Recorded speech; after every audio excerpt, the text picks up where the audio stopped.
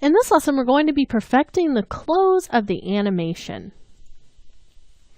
Okay, so one of the things I want to add here is at the end where the fire and the noise kind of fade off of our logo that's just been sort of ambiently animating.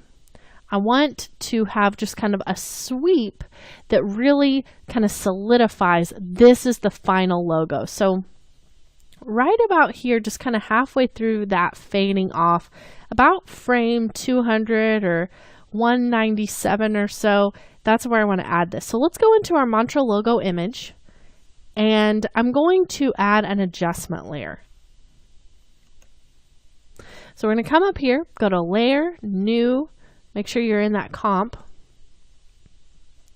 adjustment layer, and we're going to add CC Light Sweep. So type that in, CC Light, and CC Light Sweep is going to be right there for you. Just drop that on, and let's just kind of put this in the middle so we can see what the angle looks like. I want this to be angled kind of in the angle of the logo, so it's definitely kind of more of right now that it's going like this, and I want it to be more like this angle we have up here at the top.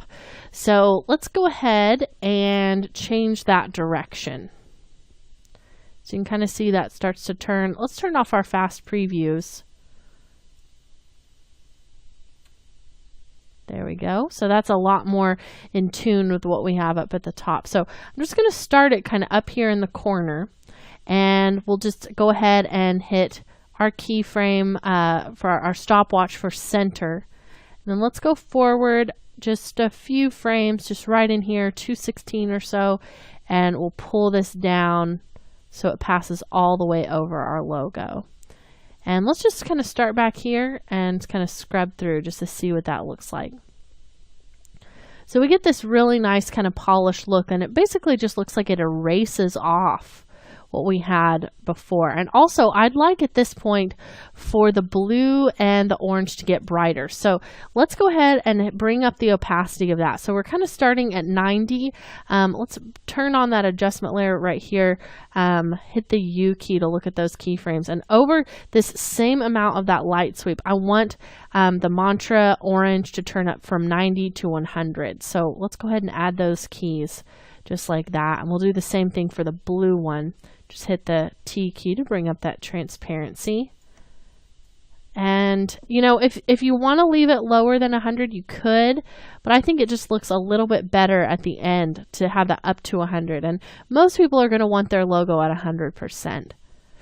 So we kind of get this nice just gleam that sort of races across the whole thing. Okay, so now that that is complete, I want to go ahead now and add something to the type that you probably normally would say never do that to type, and that is to add a drop shadow. But the reason why I want to do it is because we're working on black, we have a unique opportunity to use the drop shadow to add a little bit of depth and also to help separate this from the background. Now normally a drop shadow isn't the way that I would want to do that, but because we're working with black, it's not going to be that normal faux pas that you would try to avoid. So go into your mantra logo type, and we're going to be doing it on the second letter that fades up. So let's go ahead and we'll turn off that transparency grid, and let's just grab the M and go up to layer, and we're going to choose layer styles and choose drop shadow. Now automatically it's going to give us a really dark drop shadow that's at that 120 degrees, that default. And I'm going to start changing that degree because I don't want it to interfere with the reflection. So I kind of want it to be more up to the left and above the bottom of the descender on any of these letters. So let's get the drop shadow right for the M, and then we can just copy it and paste it onto all of our other letters. So I think that that's a good angle for that, and I don't think we need it to be quite that dark. So let's turn the opacity down to, let's just try 50%. I think that looks pretty good. And you could also turn up the size a little bit, which is going to help this not to be quite so dark. If you wanted to move the spread, you could, but usually I don't have a lot of luck with that. I usually just leave the spread at 0.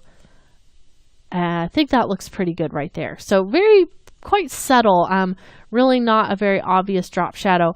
But now what we can do is just grab that layer style right there and just hit Control C and come down here and select just by control clicking all those other long purple layers that are those letters.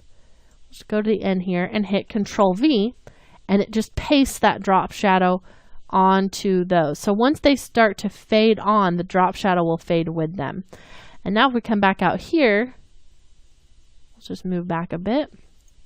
You can see that that's been separated from the background just a little bit better, just a little bit more nicely, and almost kind of appears as a glow. So I think that's really interesting, and really just helps to make this look a little bit more polished now at the end. Okay, so that's looking good. Now what I want to do is add some fall off to our ground particles. So before, we kind of allowed those ground particles to go really far into the background. And I think that was great at the beginning, but now I don't want them to go back so far. But instead of pulling those back with that property, I think I'd just like to add a mask to those. So let's come in here, see where those particles start to finish hitting the ground, right about there. And this is where I want to bring in this mask. So we need to come down here to the particle stream.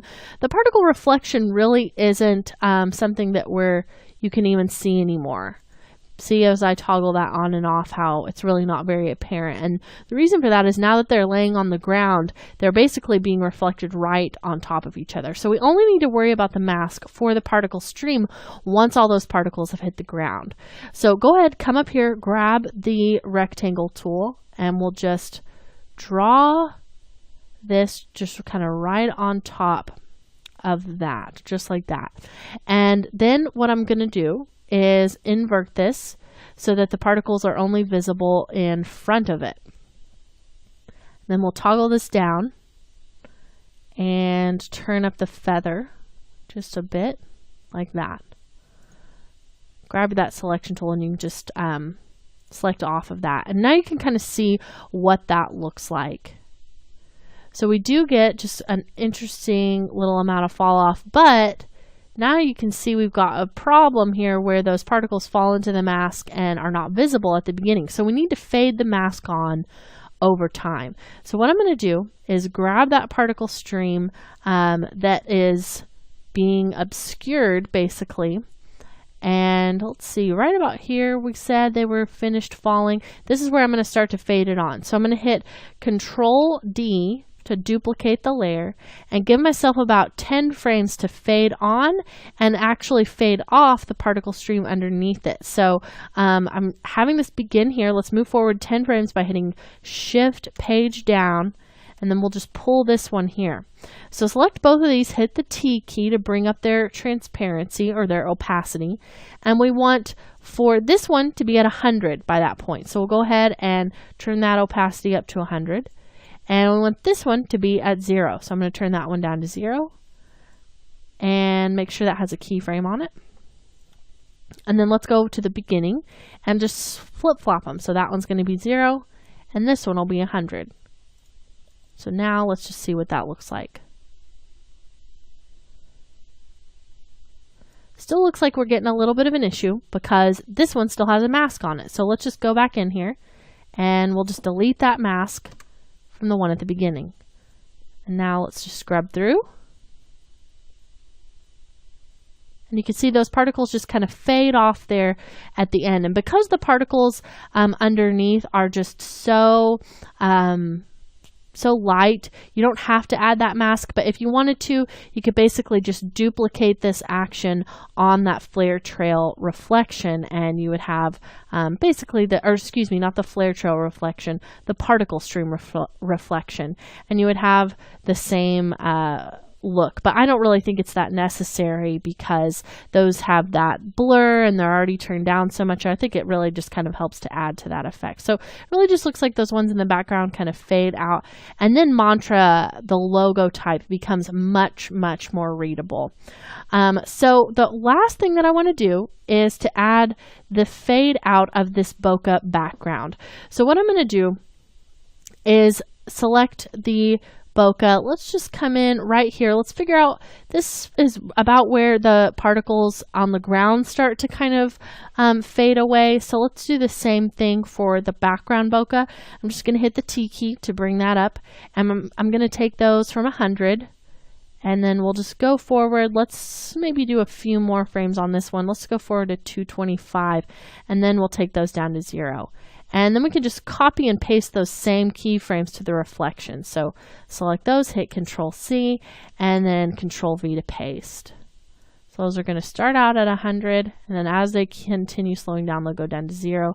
And by the time we're at the end of everything, our mantra logo is more readable, those particles have faded out, and our logo at the top looks really nice and very beautiful. So that was just a kind of just a smattering of a lot of different things that we're adding. You know, we've got our light sweep here at the end, and then just several things kind of all happening at once, just to really make that logo come to the forefront of your attention, and that logo type, remember that name. Is kind of the idea here. Okay, so in our next lesson, we're going to add a camera move. So I would really just like to add a little bit more of a dynamic feel to this whole thing by having a camera kind of zoomed in close at the beginning and then zooming out at the end. So that's just going to help to feel this part at the beginning just with a little bit more motion. So we're going to talk about how we're going to do that in our next lesson.